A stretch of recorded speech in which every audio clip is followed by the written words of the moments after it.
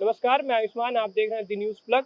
जैसे कि लोकसभा के चुनाव हाल ही होने वाले हैं, कुछ ही दिन बचे हैं। मौजूदा जो सरकार है उससे लोग कितना खुश हैं और किस हद तक उनकी कार्यशैली से संतुष्टता है, जनता से जानते हैं।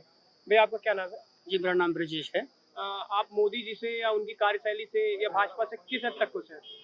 जी, मैं जो हमारे प्रधानमंत्री जी हैं, श्री नरेंद्र मोदी जी, मैं उनके काम से काफ़ी खुश हूँ, क्योंकि जिस स्तर पे देश का नाम हो रहा है और जिस तरीके से वो काम कर रहे हैं, और उनके मिनिस्ट्री में जैसे कि आप ले लीजिए परिवहन मंत्री है, मंत्रालय है वगैरह, और विदेश मंत्रालय वगैरह में, तो जो काम हो रहा है संतोषजनक है।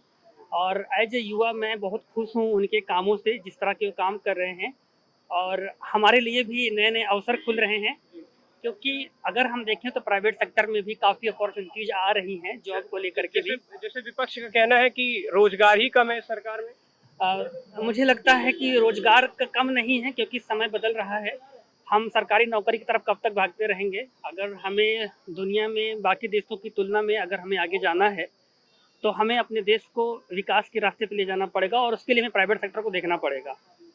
तो मुझे लगता है कि जो सरकार कर रही है वो काफ़ी उसका परिणाम दूरगामी होगा, बट काफ़ी अच्छा होगा। कई जो सरकारें हैं महागठबंधन में आने वाली हैं, छोटे बड़े गुट एक साथ गठबंधन करने वाले हैं। वैसे में क्या विपक्ष जोर डाल सकता है भाजपा पे? बिल्कुल नहीं, भाजपा क्लियर आ रही है।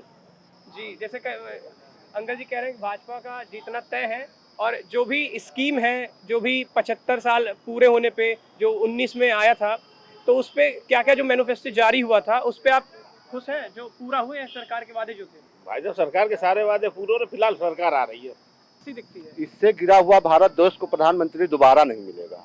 जी, सोना को पीतल बन गया, मालूम है ना आपको?